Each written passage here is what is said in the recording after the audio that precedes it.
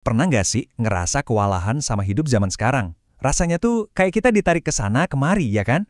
Nah, kali ini kita akan coba cari tahu soal sebuah filosofi kuno yang bisa jadi semacam peta buat kita ngadepin semua kekacauan ini. Di satu sisi, ada tekanan kerjaan yang kayaknya nggak ada habisnya, deadline ngejar terus, email numpuk, dan tuntutan yang makin tinggi. Belum lagi HP kita yang getar-getar melulu, rentetan notifikasi, chat, update media sosial, semuanya tuh kayak teriak-teriak minta perhatian kita, setiap detik. Nah, gabungan dari semua tekanan dan gangguan ini, ujung-ujungnya bikin kita ngerasain satu hal yang kayaknya udah akrab banget ya, cemas. Jadi, ini nih pertanyaan besarnya. Di tengah badai informasi dan tuntutan yang nggak ada hentinya ini, gimana caranya kita bisa sekedar narik nafas lega dan ngerasa tenang?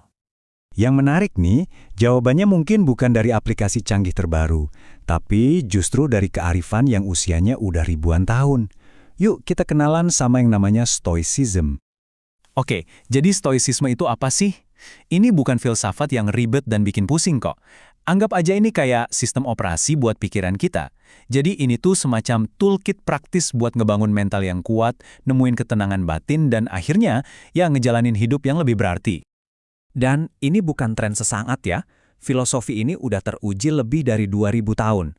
Udah ngebantu banyak banget orang, dari mulai kaisar di istana sampai budak yang paling menderita sekalipun buat ngadepin tantangan hidup. Jadi, ini sistem yang benar-benar tangguh. Oke, sekarang kita masuk ke ide yang paling penting, paling inti, dan paling powerful dari stoicisme. Kalaupun Anda cuma ingat satu hal dari penjelasan ini, pastiin yang ini. Saya suka nyebutnya kekuatan supernya para stoik. Coba deh bayangin, hidup itu kayak gini. Ada hal-hal yang nggak bisa kita kontrol sama sekali, kayak cuaca buruk di luar sana, macet di jalan, atau omongan orang lain. Itu semua di luar kendali kita. Tapi, kita ini pilotnya, kitalah yang pegang kendali pesawat. Kita bisa milih gimana cara merespons badai itu, gimana kita ngelewatin turbulensinya. Nah, inilah inti ajarannya. Kita harus bisa bedain mana yang nggak bisa kita ubah, dan mana yang sepenuhnya ada di tangan kita, yaitu pikiran, tindakan, dan respons kita. Nah, disinilah kuncinya. Seringnya, rasa cemas dan frustrasi kita itu datang karena kita sibuk berusaha ngendalin badai di luar. Sia-sia kan? Ketenangan sejati, kata para stoik, itu datangnya pas kita mindahin semua energi kita buat jadi pilot yang paling jago. Fokus ke satu-satunya hal yang benar-benar bisa kita kuasai. Oke, jadi kita udah tahu nih kemana harus fokus. Terus pertanyaannya, gimana cara kita bertindak? Nah, disinilah 4 kebajikan stoa ini berperan. Anggap aja ini kayak kompas batin buat nuntun kita. Ada 4 pilar utama buat ngejalanin hidup yang baik menurut stoicism, yaitu kebijaksanaan, keadilan, keberanian, dan kesederhanaan. Yuk kita bahas satu-satu secara singkat. Pertama, kebijaksanaan. Ini bukan soal IQ tinggi atau jadi jenius ya, tapi lebih ke kemampuan buat ngelihat situasi sulit, misalnya dapat kritik di kantor, dan bisa misahin mana yang penting, yaitu belajar dari kritik itu, sama yang nggak penting, yaitu baper atau tersinggung. Kedua, keadilan. Ini ngingetin kita kalau kita tuh hidup bareng orang lain.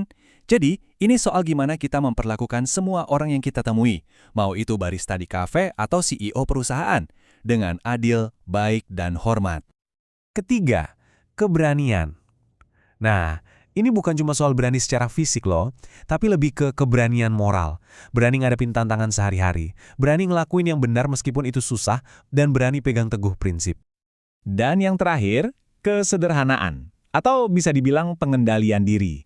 Di dunia yang kayaknya nyuruh kita buat mau lagi, ini tuh soal gimana kita bisa nguasain keinginan kita, bukan malah dikuasain sama keinginan. Belajar buat ngerasa cukup dan gak gampang tergoda sama hal-hal yang berlebihan. Oke, kedengerannya bagus banget ya secara teori, tapi gimana cara kita nerapin ini di kehidupan kita yang super sibuk dan kacau? Yuk kita bikin ini jadi praktis banget. Gini deh, kita bisa sederhanain semuanya jadi rutinitas harian yang simple. Pertama, pagi-pagi pas lagi ngopi, ambil waktu 1 menit aja. Ingetin diri sendiri, oke, hari ini fokus gue cuma ke hal yang bisa gue kontrol, sikap dan tindakan gue. Terus, siang hari pas ada masalah, jadiin 4 kebajikan tadi sebagai filter. Tanya ke diri sendiri, gimana ya respons yang paling bijak, yang paling adil, yang paling berani? Terakhir, malam sebelum tidur, refleksi sebentar. Bukan buat ngejudge diri sendiri ya, tapi buat nanya, hari ini gue belajar apa? Ingat, Ini proses, nggak harus sempurna. Ada kutipan keren dari seorang kaisar Romawi yang juga filsuf stoik, Marcus Aurelius, yang benar-benar ngerangkum semuanya. Katanya, kekuatan sejati itu bukan datang dari mengontrol dunia luar, tapi dari menguasai dunia di dalam diri kita. Jadi saya mau tinggalin satu pertanyaan buat Anda. Di tengah semua kebisingan, tuntutan, dan kekacauan ini, satu-satunya hal yang benar-benar bisa kita pilih setiap detiknya adalah kemana kita mau arahin fokus kita. Nah, kira-kira pikiran apa yang bakal Anda pilih untuk jadi fokus hari ini?